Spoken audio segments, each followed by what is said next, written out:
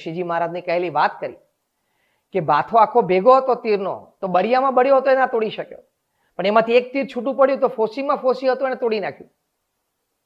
એમ સામાન્ય કારણ પણ જો સંપ નહીં હોય તો તમને છૂટા પાડી દેશે અને ધંધો તૂટશે. પછી બે પરિવારને પ્રશ્નો થશે, આર્થિક રીતે પ્રશ્ન થાય, ભવિષ્યની ચિંતા શરૂ થઈ જાય, બધું જ આવે. એમાં પણ સંપ રાખવો ખૂબ જરૂરી છે.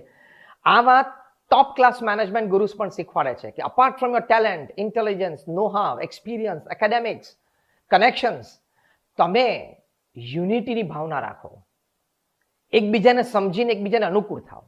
આ ઓગમેન્ડિનો શીખવાડે છે, સ્ટીફન કોવી શીખવાડે છે, રોબિન સ્મિથ શીખવાડે છે, એન્થની સ્મિથ શીખવાડે છે, કેન બ્લેન્ચાર્ડ શીખવાડે છે.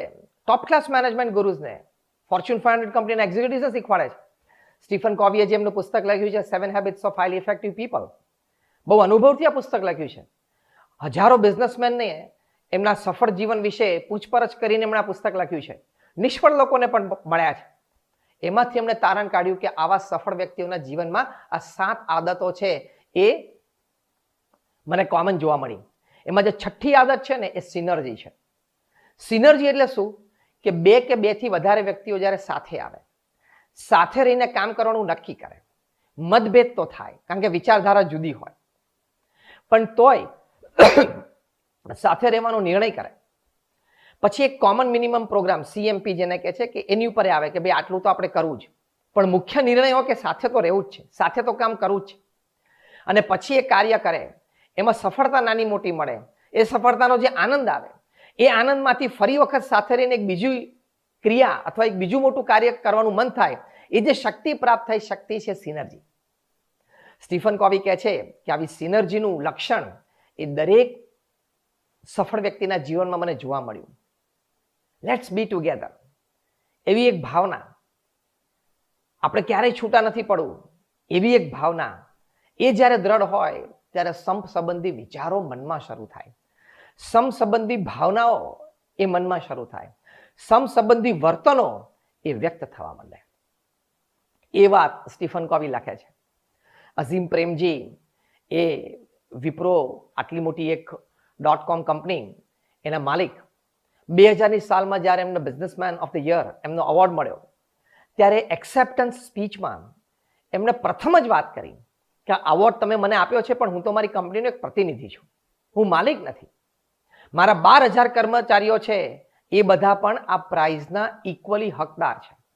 મારો પરિવાર છે, એટલે કે મારા પત્ની છે, મારા સંતાનો છે, મારા માતા પિતા છે, એ પણ આ પ્રાઇઝના ઇક્વલી હકદાર છે.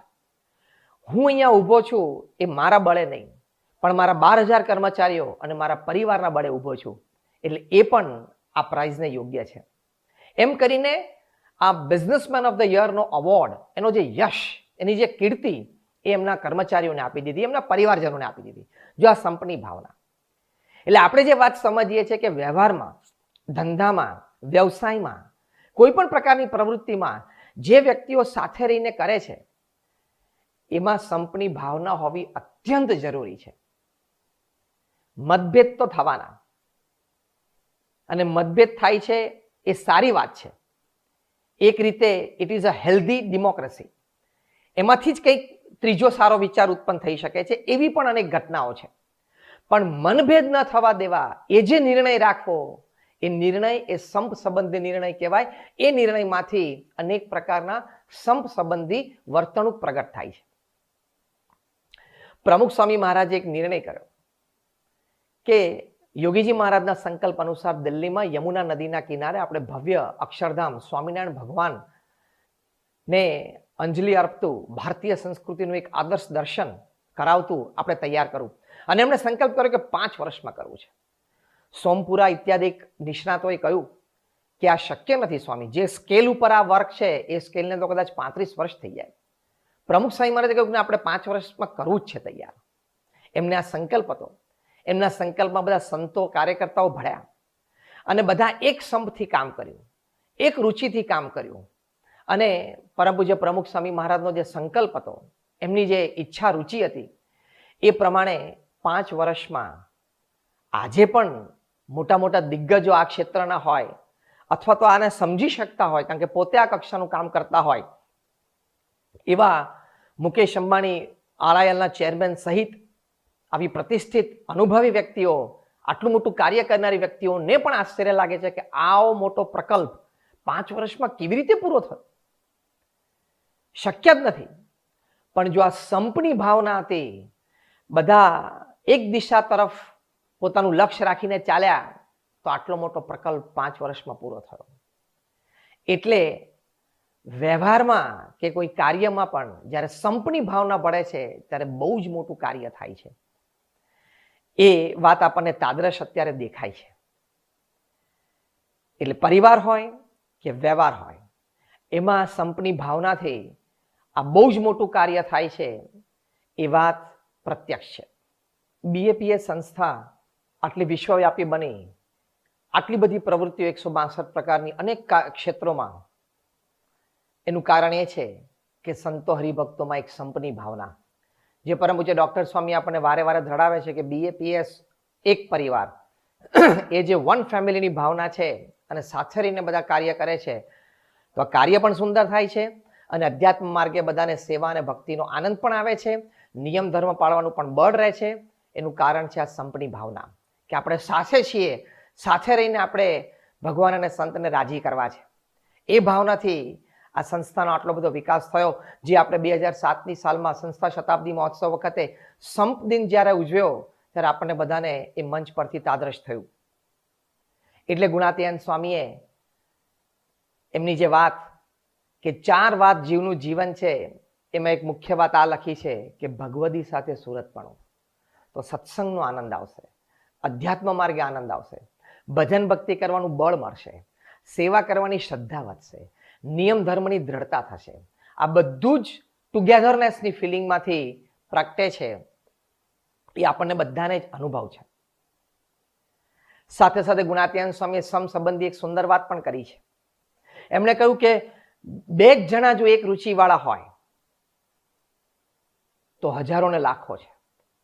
કદાચ આ વાત સ્થૂળ રીતે આપણને માનવી બહુ અઘરી છે, પણ જ્યારે ઇતિહાસ જોઈએ છે, સંપ્રદાયનો ઇતિહાસ જોઈએ છે, ત્યારે 2 જણ એક રુચિવાળા હોય તો હજારો ને લાખો છે. એટલે કે હજારો ને લાખો જેવું કાર્ય થયું છે, એ વાત આપણને સ્પષ્ટ દેખાય છે. જો પ્રમુખ સ્વામી મહારાજે કહ્યું કે યોગીજી મહારાજથી મારો અભિપ્રાય ક્યારેય જુદો પડ્યો નથી. જો આ 2 જણ એક રુચિવાળા, યોગીજી મહારાજ અને પ્રમુખ સ્વામી મહારાજ, આપણી આખી ગુણાતીત પરંપરામાં દેખાય છે, તો આ સંસ્થાનો આટલો બધો વિકાસ થયો. સંતો હરિભક્તો આટલા બધા શ્રદ્ધાથી સેવા કરે છે.